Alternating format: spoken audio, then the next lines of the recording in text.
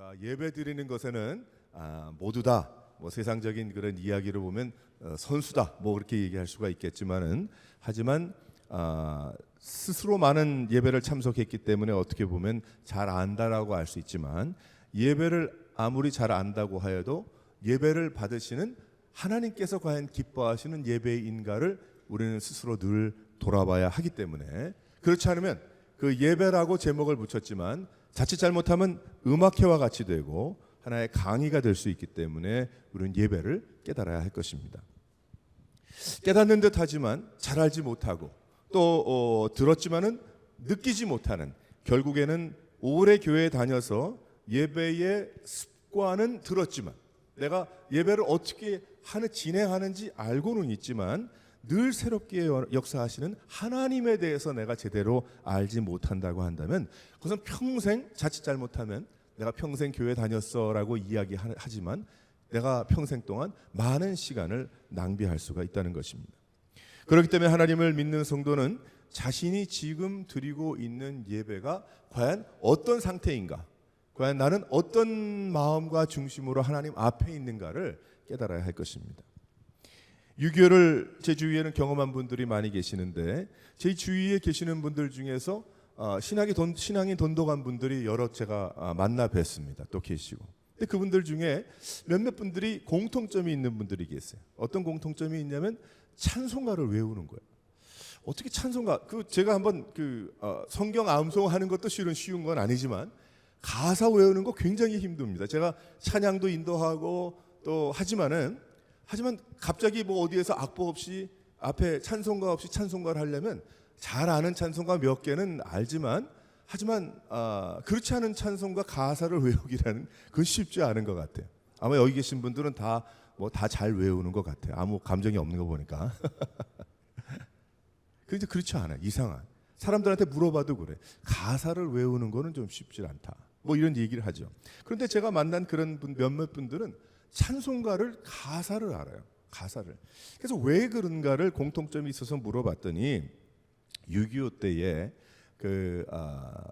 공산당 또 6.25를 겪으면서 교회 갈 수 없고 또 사람이 죽어나가는 그러한 상황에서 또 성경책을 가지고 있을 수 없는 그러한 가운데 여러 가지 있었겠죠. 그러는 가운데 자신이 할 수 있었던 것은 무엇이냐면 찬송가를 외우는 길밖에 없었다는 거예요. 그래서 찬송을 하면 눈을 감고 찬송을 하세요. 평생 동안 찬송을 했기 때문에. 그래서 찬송가가 개편이 돼가지고 새 찬송가가 돼서 이제 가사가 바뀌어가지고 좀 그런 건 있지만은 그렇게 하시더라고요. 하나님 앞에 예배하기 위해서 최선의 또 최후의 수단으로 그 찬송가를 가슴에 넣은 거예요.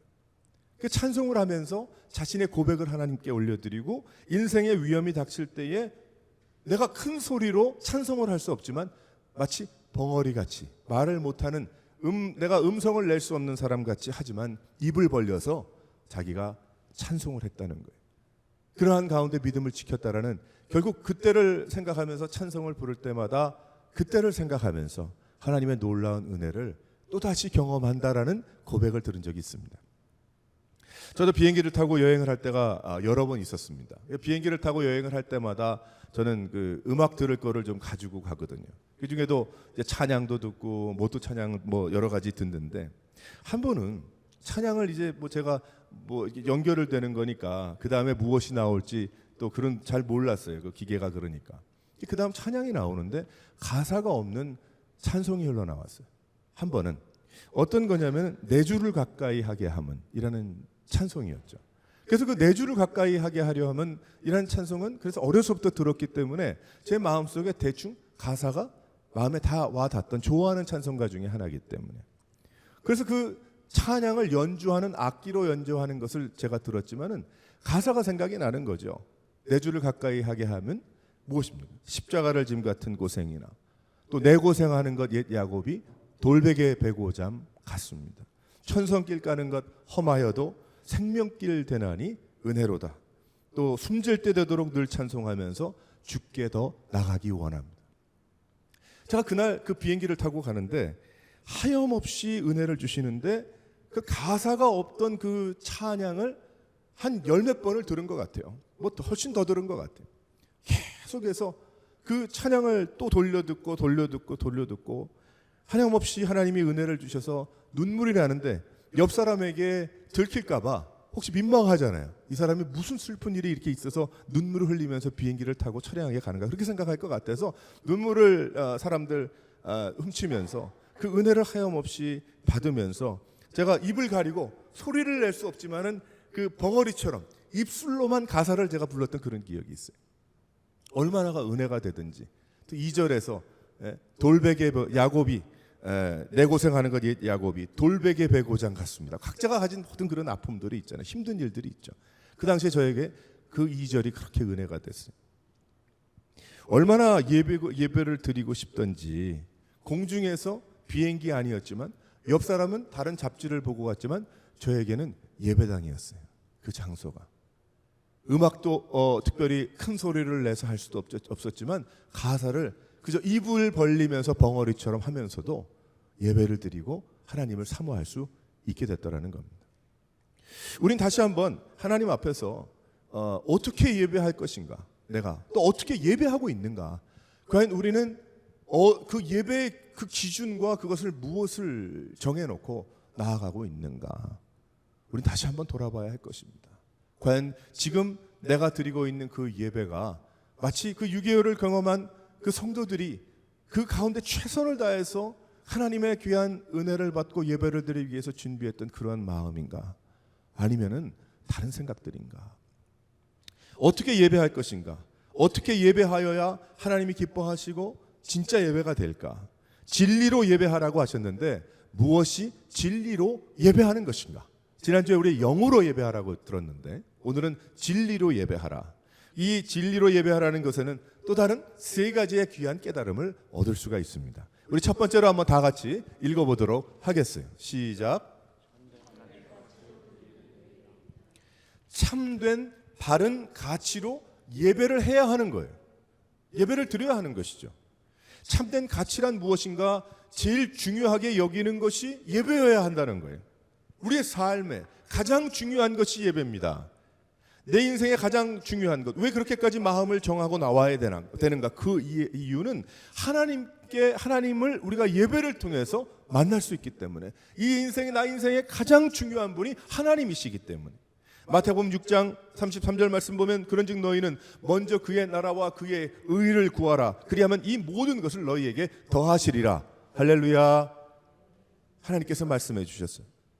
내 인생에 가장 먼저 두어야 할 것이 무엇인가? 하나님의 의라는 것이죠. 하나님을 구하는 예배. 그 예배가 될 때에 놀라운 무엇이 있습니까? 감격이 있는 것이죠. 어디든지, 그것이 비행기 아니든지, 그것이 뱃속이든지, 그것이 내 골방이든지, 기도원이든지, 예배당이든지 감격이 있어요. 그 감격은 한국의 예술의 전당 혹은 여기 미국의 카네기 홀과 같은 그러한 장소가 아니어도 성령께서 감격해 하시더라는 거예요. 내가 큰 소리로 내가 찬송할 수 없다고, 찬양할 수 없다고 해도 감격하게 만들어 주신다는 거지. 나를 뛰어넘게 만드신다는 거예요. 내 마음을 넘어 철철 넘치게 하시더라는 거예요. 바로 하나님께서. 그렇게 그러한 참된 가치를, 하나님을 가장 우선에, 가장 주님 앞에 우리가 나아올 때에 기쁨이 있습니다. 예배 한번 제대로 드려도 마음에 있는 근심이 모두 다 사라져버릴 줄 믿으시기를 바랍니다. 믿으시기를 바랍니다. 한 번 예배를 제대로 드려도 그래요. 그렇단 말이에요. 웃음을 되찾습니다. 행복을 누리게 돼. 그래서 기뻐서 주님 앞에 나가는 거예요. 괴로움으로 나가는 것이 아니고, 끌려가는 것이 아니고, 내가 끌려왔더라도 결국 예배를 통해서 내가 감격을 받고 기쁨을 얻는 거예요. 그렇게 예배할 때 은혜가 있습니다. 인간의, 사람의 언어로 다 표현할 수 없는 충만함이 있어요. 여러분, 하나님의 은혜를 어떻게 설명하겠어요? 아무리 설명을 하려고 해도 어느 정도 이런저런 예화를 들어 설명할 수 있겠지만 하나님이 부어주시는 은혜를 설명할 길이 없어요. 사람의 말로 충분하지를 않아. 하나님의 그 은혜를 설명하려면 분명히 내가 한 것임을 아님을 알게 되는 넉넉함과 풍성함이 있고, 하나님께서 만나주시고 감싸주심이 있기 때문에 그 은혜가 있는 거예요. 그건 설명이 안 되는 그런 은혜죠. 또 그렇게 예배할 때에 회복이 있습니다. 전부 다 회복이 됩니다. 건강도 회복이 되고, 마음의 상처도 회복이 되고, 아픔도 회복이 되고, 슬픔도 회복이 되고, 괴로움도 무서움도 모두 다 회복될 줄 믿으시기를 바랍니다. 그 예수 믿으면 쨍 하고 해 뜰 날이 되는 거예요. 가수가 부르는 노래뿐이 아니고, 그것이 그 길만이 행복의 길이고 생명의 길이기 때문입니다. 그렇기 때문에 예배에 우리는 어떻게 해야 될까? 목말라야 할 줄 믿으시기를 바랍니다. 예배를 드리는 일에 목숨을 걸어야 되는 거예요. 내가 어떻게든지 예배를 드리기 위해서 작정해야 되는 것입니다. 예배로 인생이 바뀌기 때문에 그래요. 마귀가 얼마나 예배를 드리지 못하게 하는 줄 아십니까? 예배를 한번 제대로 드리고 하나님께 영광을 올려드리고 싶은데 얼마나 막는 줄 아세요? 지금 저기 아시아에 있는 어느 나라에서는 그렇다고 하잖아요. 우리가 뉴스를 들어서 잘 알잖아요.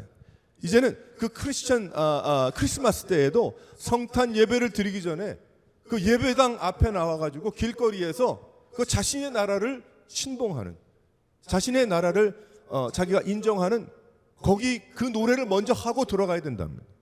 그렇게 됐대요. 이제는 사람들이 죽어도 장례식을 크리스찬식으로 할 수가 없습니다. 그 나라에서. 다른 종교를 가진 사람들도 절대 할 수가 없대요. 자신의 그 체제에 따라서 체제에서 허락하는 그러한 가운데 장례식을 해야 됩니다. 그렇다는 거예요. 얼마나 목말라 하겠습니까? 그 어려움 가운데 그 성도들이. 과연 우리는 그러한 목마름으로 주님 앞에 나와 있는가?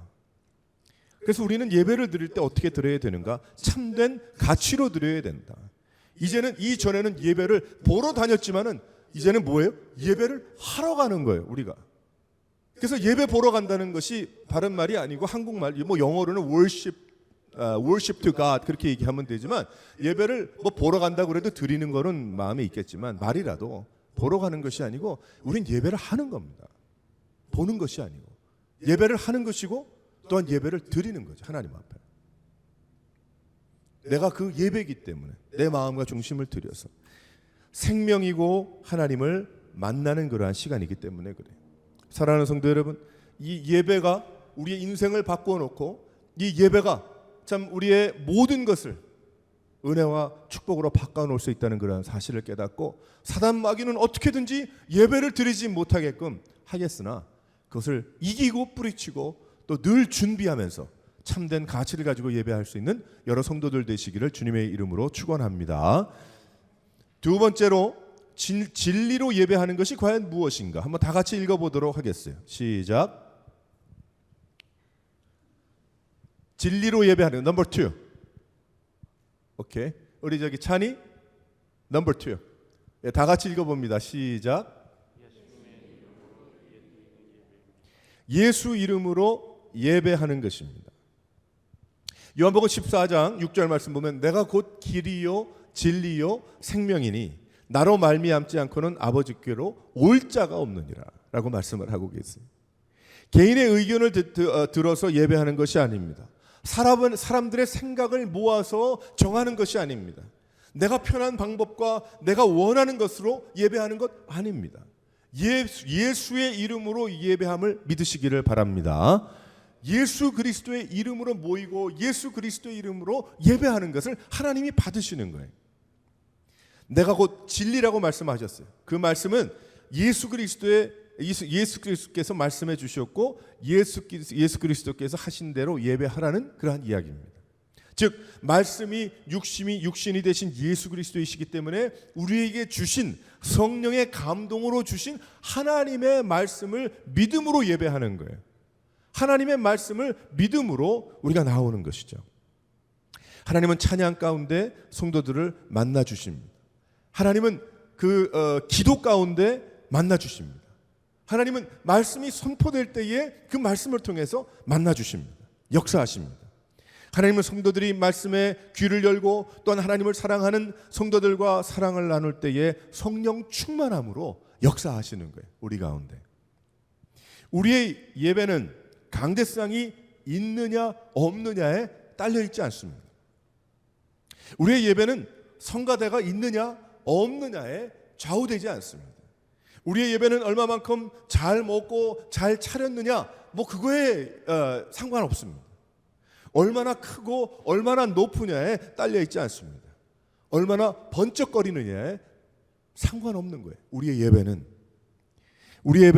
나를 위해 죽으시고 다시 사신 예수 그리스도를 믿는 믿음으로, 예수 그리스도의 이름으로 하나님께 찬양하고 기도하고 말씀을 우리가 깨닫고 나아감을 믿으시기를 바랍니다. 우리의 예배는 예수 이름으로 드려야 합니다. 우리의 예배는 무릎 꿇는 겸손과 회개의 마음으로 예배해야 되는 거예요. 그래서 그러한 예배가 아니라면 그건 예배가 아니죠. 그건 모임이지. 우리의 예배는 춤도 출 수 있는 낮은 마음으로 하나님을 기뻐하는 마음에 드리는 것입니다. 우리의 예배는 서로를 사랑하고 섬기는 가운데 그것이 예배를 좌우하는 거예요. 과연 그 마음인가, 그 가치인가, 그 생각인가, 그 중심인가, 예수 그리스도가 중심이 되셔서 예수 그리스도를 바라보는 그 마음으로 예배하고 있는가. 절에 가도 얼마나 뜨겁게 기도하는지 아십니까? 제가 제주도에 절을 한번 가봤는데 어마어마하게 뜨겁게 기도하는 모습들을 봐서 수백 명이 엎드려서 기도하는데, 예수님은 아니죠. 이단들도 예배합니다. 하지만 그들은 예수 이름이 아니죠. 자신의 이름과 인간이 만들어 놓은 뭐 다른 이름으로 기도문으로 기도합니다. 기도문으로. 다른 이름입니다. 그러나 우리들에게는 예수 이외에 다른 이름을 주신 적이 없음을 믿으시기를 바랍니다. 사도행전 4장 2절에 보기 12절에 보면 다른 이로서는 구원을 받을 수 없나니 천하 사람 중에 구원을 받을 만한 다른 이름을 주신 적이 우리에게 주신 일이 없음이라. 할렐루야. 너무나 확실하잖아요. 하나님 말씀. 우리가 예배의 방향은 예수 그리스도의 이름으로 하나님 앞에 예배하는 것입니다. 그냥 위로 받으려고 오는 것이 아닙니다. 그냥 내가 무엇을 그냥 궁금해서 오는 것이 아닙니다. 하나님께 영광과 존귀를 올려드리러 오는 것입니다. 예배의 주인이 내가 되면 안 됩니다. 그렇기 때문에 내가 슬픔과 괴로움 가운데 있어도 예배하는 거예요. 왜 그래요? 하나님을 기쁘시게 해드리기 위해서. 그것이 목적이기 때문에. 나에게 맡겨진 예배라면 할 수 없어요. 예수 믿는 것 자체가 모순이죠. 어떻게 보게 되면. 하지만 나는 예배자이고 하나님의 자녀고 평생 주님 앞에 참된 가치의 변화를 경험한 예수 그리스도의 자녀요, 제자요, 하나님의 사람이기 때문에 하나님 앞에서 무엇하는 거예요? 예수 이름으로 예배하는 거예요. 어떠한 일이 있어도 예배하는 거예요. 무슨 일이 있어도 예배하는 거예요. 하지만 힘들고 어려울 때는 참 어렵죠. 또 그리고 상황이 그렇게 되지 않으면 참 힘들죠. 예배 드린다는 것이. 저도 그런 것 경험해 봤습니다. 하지만 그래도 최선을 다해서 예배하는 거예요. 왜 그런가 하면 예배는 건물이 아니고 예배는 그 1, 2, 3, 4가 아니고 예수 그리스도의 이름으로 하나님 앞에 나아가는 것이니까. 내가 할 수 있는 모든 것을 다 가지고 드려서 나가는 것이니까.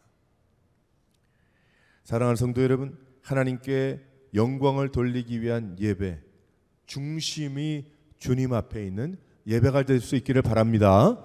내 뜻과 내 생각으로 잘했다 못했다가 아니고 예수 그리스도의 이름으로 주님 앞에 나와 예배하면 순서가 좀 바뀌고 이런저런 일들이 좀 매끄럽지 않다고 그래도 관계없는 거예요. 실은 하나님 예배하면 되잖아요. 지금 핍박을 받고 있는 그런 나라들에서 뭐가 있겠습니까? 그 사람들이 아무것도 없고 아무것도 할 수 없는 그러한 가운데 있지만, 하지만 그들은 예배했거든요. 또 예배하고 있고. 사랑하는 성도 여러분, 예수 그리스도의 이름을 붙잡고 나아갈 수 있는 여러 성도들 되시기를 주님의 이름으로 축원합니다. 세 번째로 예배, 진리로 예배하는 것이 무엇인가 한번 다 같이 읽어보도록 하겠습니다. 시작.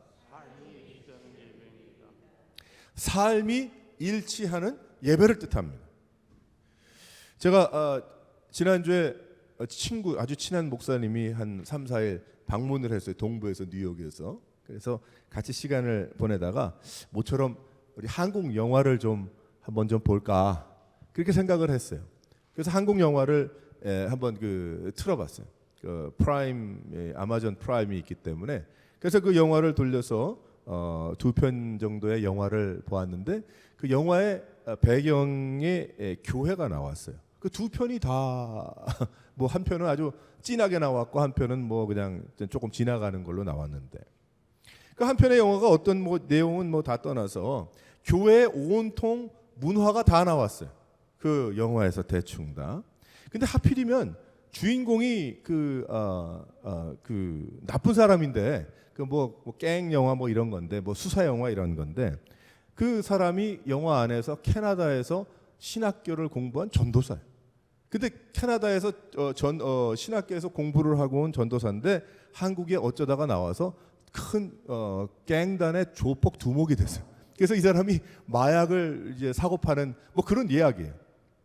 근데 얼마나 거기에 나오는데 참 그걸 끝까지 뭐 보긴 봤지만은 한편으로 마음이 참 아픈 것이 거기에 그 주인공이 뭐라고 얘기하냐면 하나님께서 말씀하시기를 자기 부하를 이제 데리고 차에 둘이 앉아가 하나님께서 말씀하시기를 하되 주먹으로 얼굴을 꽉 때리는 거야. 아멘. 그러는 거예요. 거기에. 이게 얼마나 이상해요. 두들겨 팰 때마다 아멘을 하네. 거기다가 죽을 팰 때마다 아멘해. 그러면 나중에 다 맞은 다음에 거기에 있던 부하 보고 뭐라 하냐면 아멘. 그랬더니 아멘. 거기 그러고 앉았더라고요.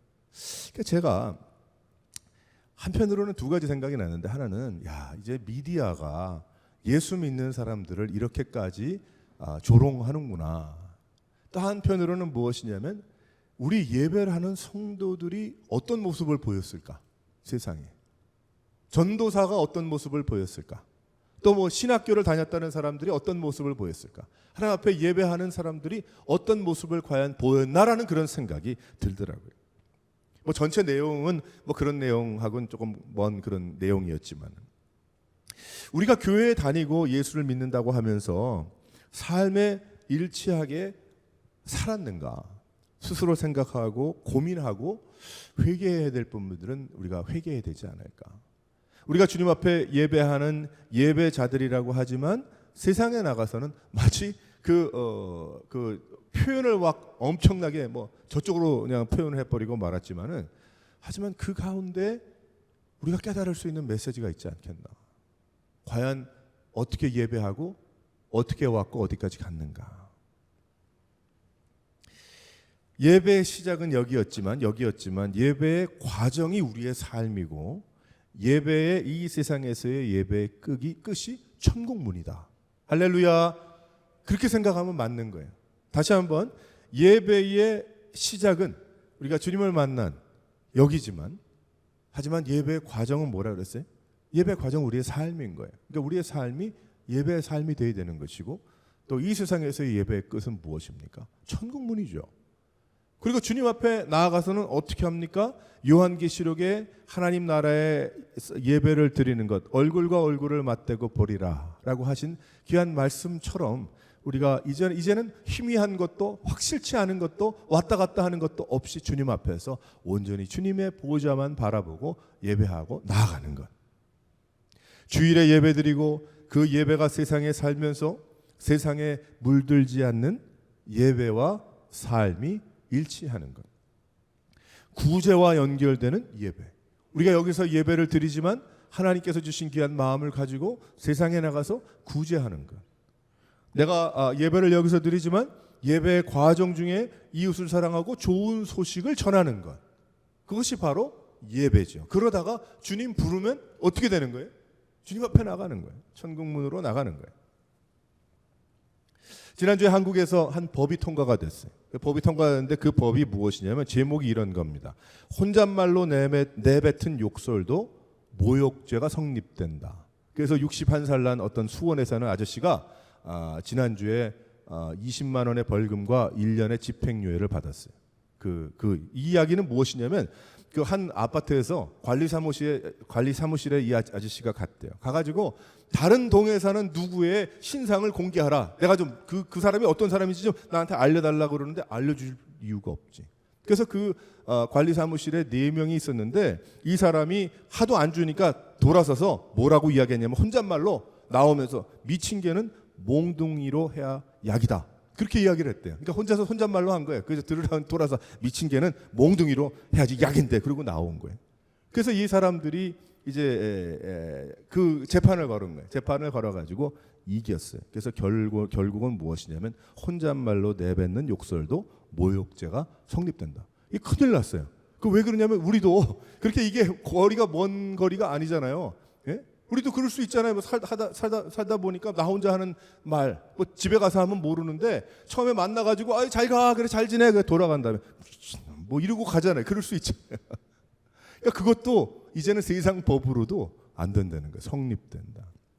그러니까 여러분들 한국 가게 되면 조심하십시오. 혹시나 뭐 그럴 일은 없겠지만 뒤돌아가지고 뭐 혼자서 뭐 어쩌고 저쩌고 그랬다간 그것도 감옥 갈 일이 되고 말았어요. 우리도 그럴 때 얼마나 많이 있어요. 예배 드리고 곧 돌아서서 다른 말하고, 우리가 예배 드릴 때는 찬양하고 우리가 예배 드릴 때는 주님께 영광을 올려드린다고 하지만 곧바로 돌아서서는 뭐 욕을 하는 것처럼 미친 뭐는 뭐처럼 뭐 얘기했던 수원의 그 아저씨처럼 할 때가 얼마나 많이 있었나. 그렇게 다르게 말하고 산다면 그 예배는 성공적인 예배가 아니라는 거예요. 예배와 삶이 어떻게 하는지 우리가 일치하도록 살고, 또한 삶이 예배와 곧 연결이 되고 연장이 되는 그러한 인생을 살아야 된다. 쉽지 않아요.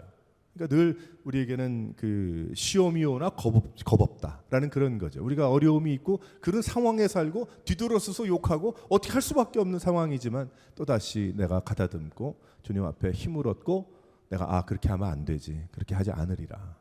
그러다 보면 더욱더 주님 닮아가는 거 아니겠습니까? 그러니까 진리로 예배 드리는 것이 되는 것이다. 그것이 바로. 그러니까 예배에 와가지고 은혜 받고 그 다음에 그렇게 되는 것도 있지만 또 다른 것은 그렇게 살면서 예배를 준비하고 예배를 드리는 거예요. 그렇지 않으면 주님 전에 나와서 예배 드릴 때 얼마나 예배가 안 되겠습니까? 그러니까 쟁통 싸움질하고 와가지고 예배 드리려면 됩니까? 안 되죠. 한참 다른 생각하고 다른 일 하다가 예배를 드리려면 예배가 됩니까? 예배가 안 되죠. 은혜도 없고 기쁨도 없고 아무것도 없어요. 그냥 와서 있는 거예요. 예배를 보고 가는 거예요. 하지만 그것이 아니고 우리는 예수님께서 종교 의식을 가르치러 오시지 않았다는 것.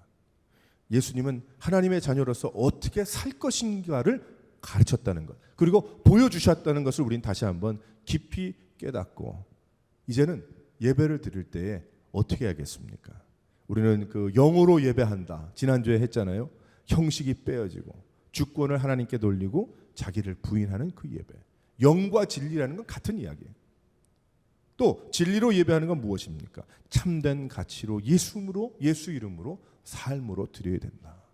예배는 여기서 끝나는 것이 아니고, 하나님의 말씀은 여기에서 끝나는 것이 아니고, 여기부터 시작이요 우리의 월요일부터 토요일은 과정이다.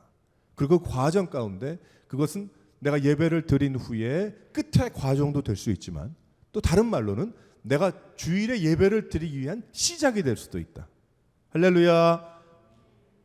우리가 잊지 않고 나가야 할 것입니다. 그러니까 우리의 삶이 하나님 앞에 예배하는데 기준이 돼야 되겠죠. 맞추어져야 되겠죠. 우리의 중심이.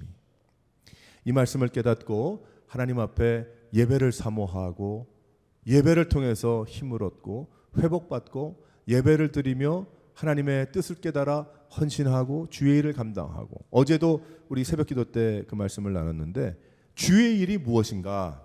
주의 일은 열심히 마음도 없이 가버나움까지 배 타고 건너와 가지고 예수님 도대체 어떻게 여기까지 왔습니까? 라고, 그게 궁금한 게 아니고 너희들 먹고 싶어서 먹을 거, 어제 오병이어 역사 보면서 배부르니까 그래서 또 먹으려고 온 거지. 그 중심이 틀렸다 얘기하셨잖아요, 예수님께서. 그러니까 어제 뭐라고 말씀하셨어요? 그런 것이 아니다. 우린 다시 한번 하나님 앞에서 우리의 중심이 하나님께 다 쏟아질 수 있는 그런 예배, 하나님의 놀라운 은혜, 우리가 이 세상의 떡이 아니라 하나님이 주시는 영원한 참떡 대신 예수 그리스도를 섬겨나갈 수 있는, 그렇게 예배할 수 있는, 예배를 통해서 여러분과 여러분 주위와 여러분의 인생과 이 세상 땅끝까지 온전한 하나님의 놀라운 그 빛이 비춰질 수 있는 예배가 될 수 있도록 주님 이름으로 이 시간 축원합니다.